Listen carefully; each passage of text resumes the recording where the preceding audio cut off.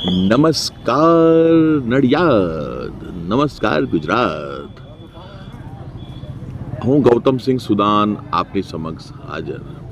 આપ આ જે દ્રશ્યો જોઈ રહ્યા છો તે દ્રશ્યમાં આ મહા આતંકી જે આખલાઓ છે, જેમણે પાછલા 25 દિવસથી નડિયાદને બાનમાં લીધેલું, એ આખલાઓ આખરે આજે નડિયાદમાં રાધાનગર સોસાયટીની બાજુની સોસાયટીમાં સિદ્ધરાજ બંગલોઝમાં સકંજામાં ઝડપાઈ ગયા છે.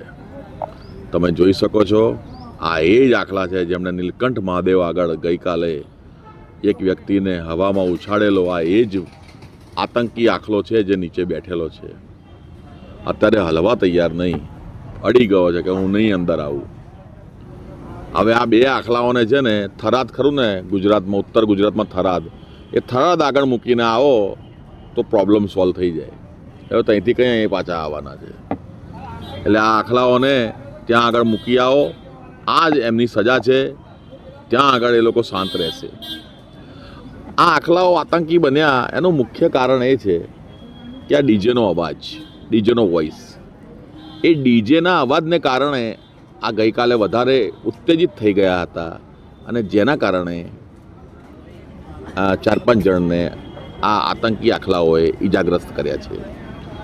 તમે જોઈ શકો છો, આ જે દ્રશ્યમાન થઈ રહ્યો છે આખલો, જેને પકડવા માટેનો સકંજો આજે સવારે તૈયાર કરી દીધેલો હતો નડિયાદ મહાનગરપાલિકાની ટીમે.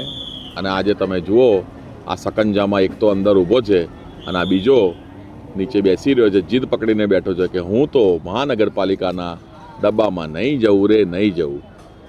આખલો એવી કવિતા ગાઈ રહ્યો છે, પણ એની કવિતા કોઈ સાંભળી શકે એમ નથી. આખલો તો આખલો કહેવાય, ડેન્જર એટલે ડેન્જર, એનો ભરોસો રખાય નહીં. શું એક આખલો 100 જણને ભારે પડે. આખલો એટલે આખલો. પણ હવે એને પ્રેમપૂર્વક ડબ્બામાં પૂરવા માટેની બધી પ્રતિક્રિયા થઈ રહી છે, જે આ દ્રશ્યમાન થઈ રહ્યું છે, જે તમે જોઈ શકો છો.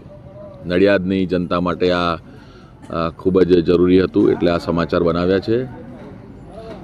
ચેકપોસ્ટ લાઈવને શેર કરો, લાઈક કરો, સબસ્ક્રાઈબ કરો. જય હિન્દ, જય ભારત.